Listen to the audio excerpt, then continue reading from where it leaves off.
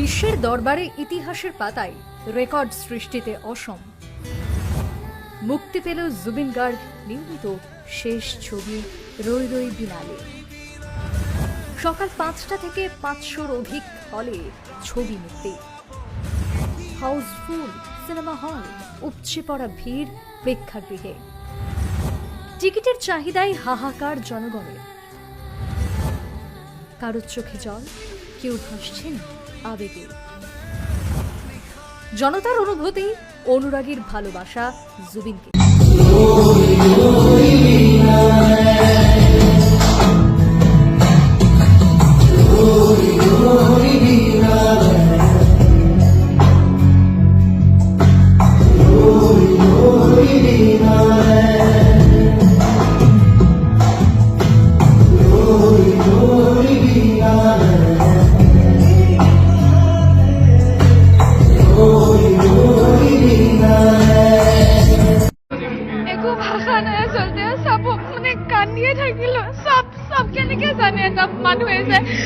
সব একে হৈছে যোনটো মানুহৰ লগত যি হৈ গ'ল ঘটনা সব একে হৈছে।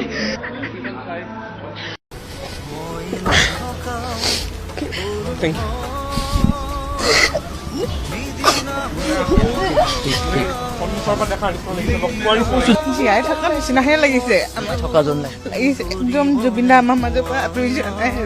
বহুত বেছি পাৰা হ'লে আমি ৰিয়েলত যদি পাৰিলো হয় লৈ আমি সাগৰৰ পাৰৰ পৰা লৈ আহিলোহেঁতেন, যাবলৈ নিদিলোহেঁতেন সাগৰত। সাগৰ আমি ঘিণ কৰো, সাগৰ নেলাগে আমাক। জুবিন দাক সাগৰে লৈ গ'ল। জুবিন দা চকু হাল যেনেকে দিছিলে সেনেকে যদি ৰিয়েলত জুবিন দাক আমি ঘূৰাই আনিব পাৰিলোহেঁতেন আমি খুব ভাল পালো। বহুত বেছি পাৰা হ'লে আমি ৰিয়েলত যদি পাৰিলো হয় লৈ আমি সাগৰৰ পাৰৰ পৰা লৈ আহিলোহেঁতেন, যাবলৈ নিদিলোহেঁতেন সাগৰত।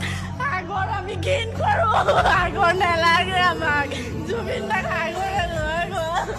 জুবিন দা চকু হাল যেনেকে দিছিলে সেনেকে যদি ৰিয়েলত জুবিন দাক আমি ঘূৰাই আনিব পাৰিলোহেঁতেন আমি খুব ভাল পালো।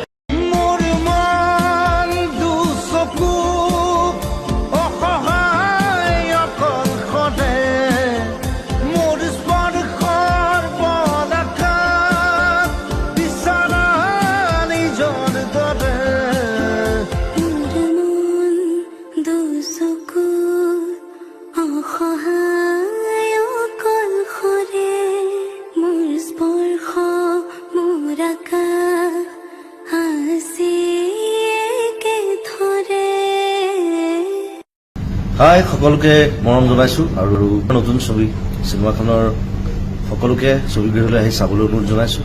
মোৰ ফালৰ পৰা আন্তৰিক শুভকামনা, মৰম থাকিল চিনেমাখনৰ প্ৰতি। আহক আমি একেলগে চাওঁ। Thank you and love U.